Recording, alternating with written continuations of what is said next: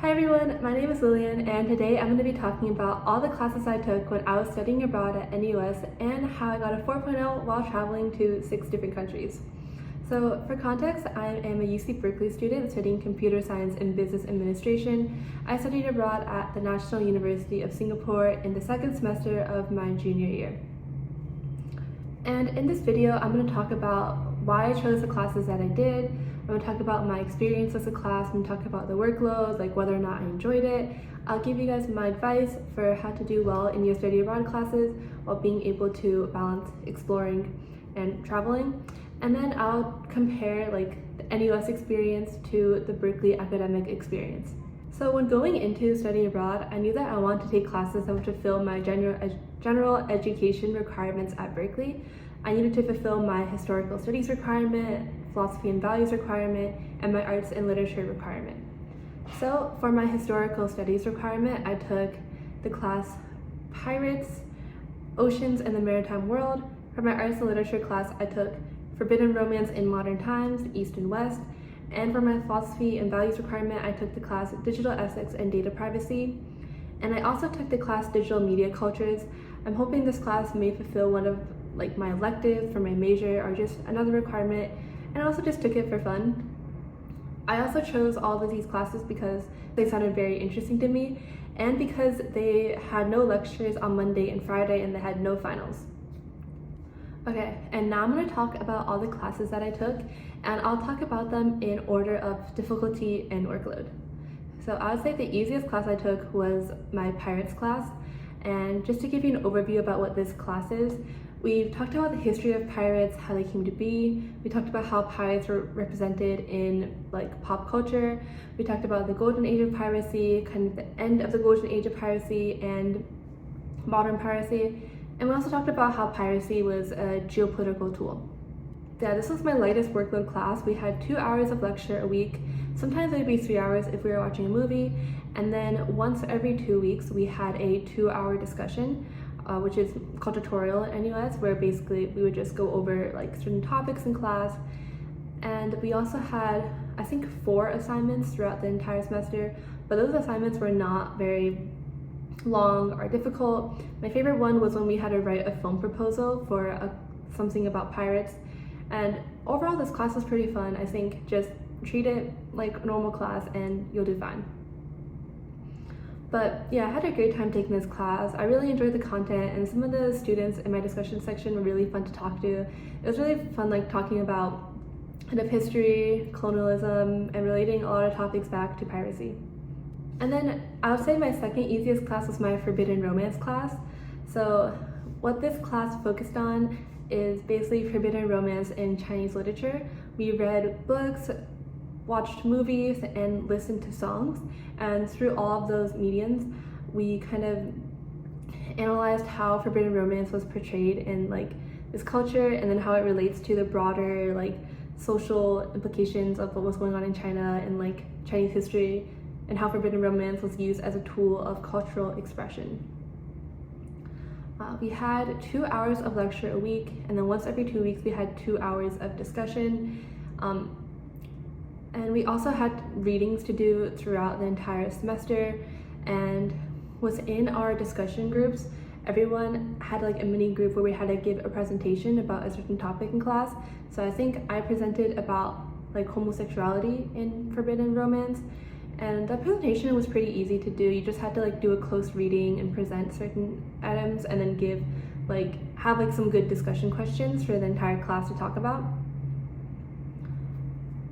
So in terms of my experience as a class, I actually really didn't like this class for a while because the readings were very sad and depressing. I thought that forbidden romance would be kind of fun. I thought that we would be reading very cute romance stories about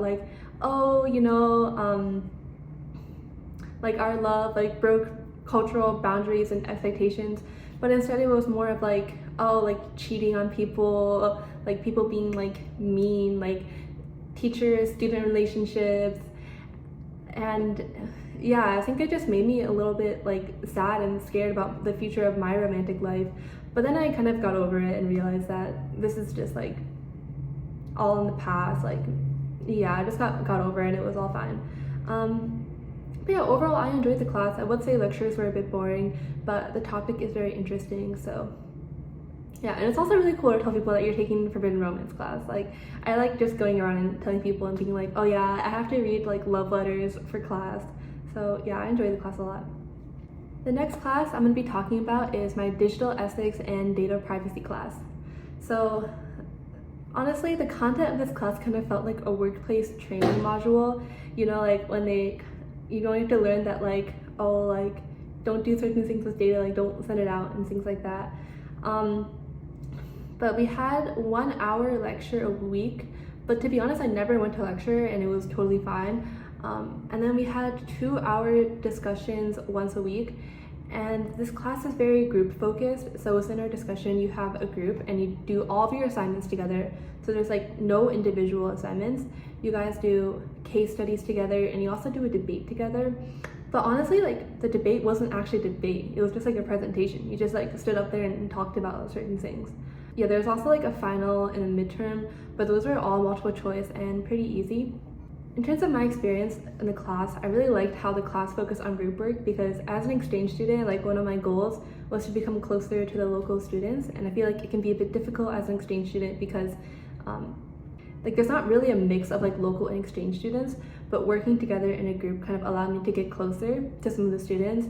So one of the students lived pretty close to me in the dorms, so we would like get lunch together before class, we would study for the exams together, and then he even showed me around Malaysia, his home country, for a day, so that was really cool. And yeah, I'm really glad that I got to meet him and become close to him throughout the class.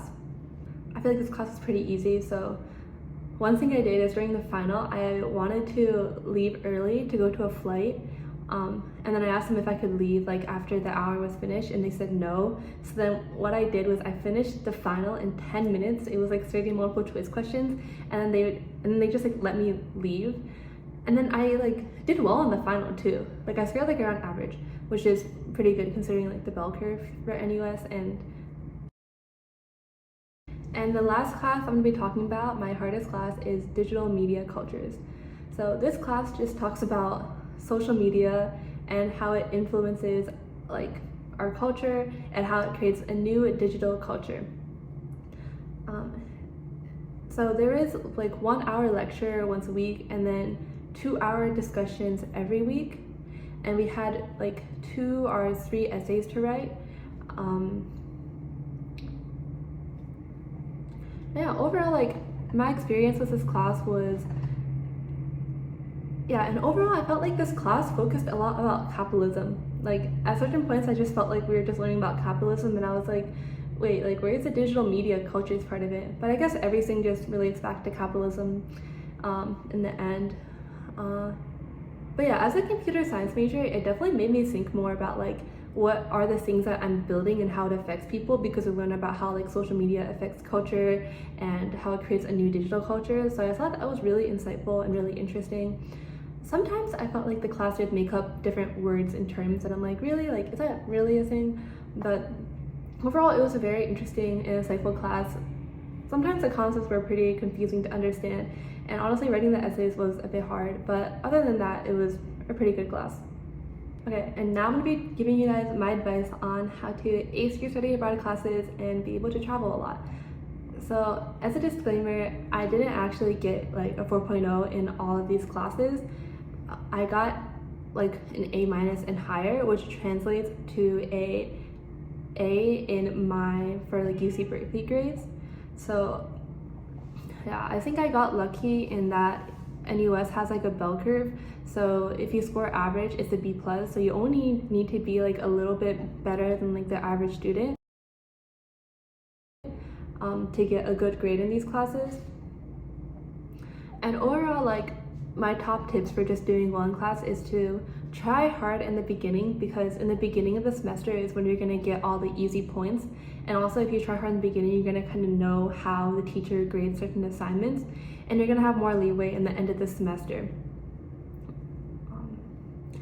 Also, another tip is to just have like good presentation skills.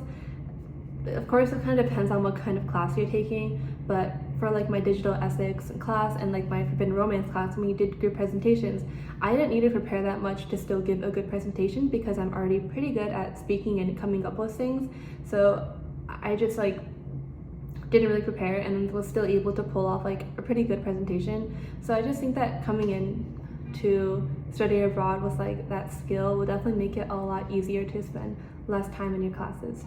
And now I'm going to compare the NUS academic environment to UC Berkeley's academic environment. I would say that I wasn't actively involved in NUS's CS or business community like I am in Berkeley's CS and business community, so I can't really make a complete comparison. But I will say that they are pretty similar in terms of like toxicity and like people studying a lot. I think that Berkeley might have more of a work hard, play hard culture than NUS. From what I've observed, like the people who like go out a lot are like pretty much mostly people who live in halls in NUS. And then yeah, I think more people in Berkeley will like work hard, play hard.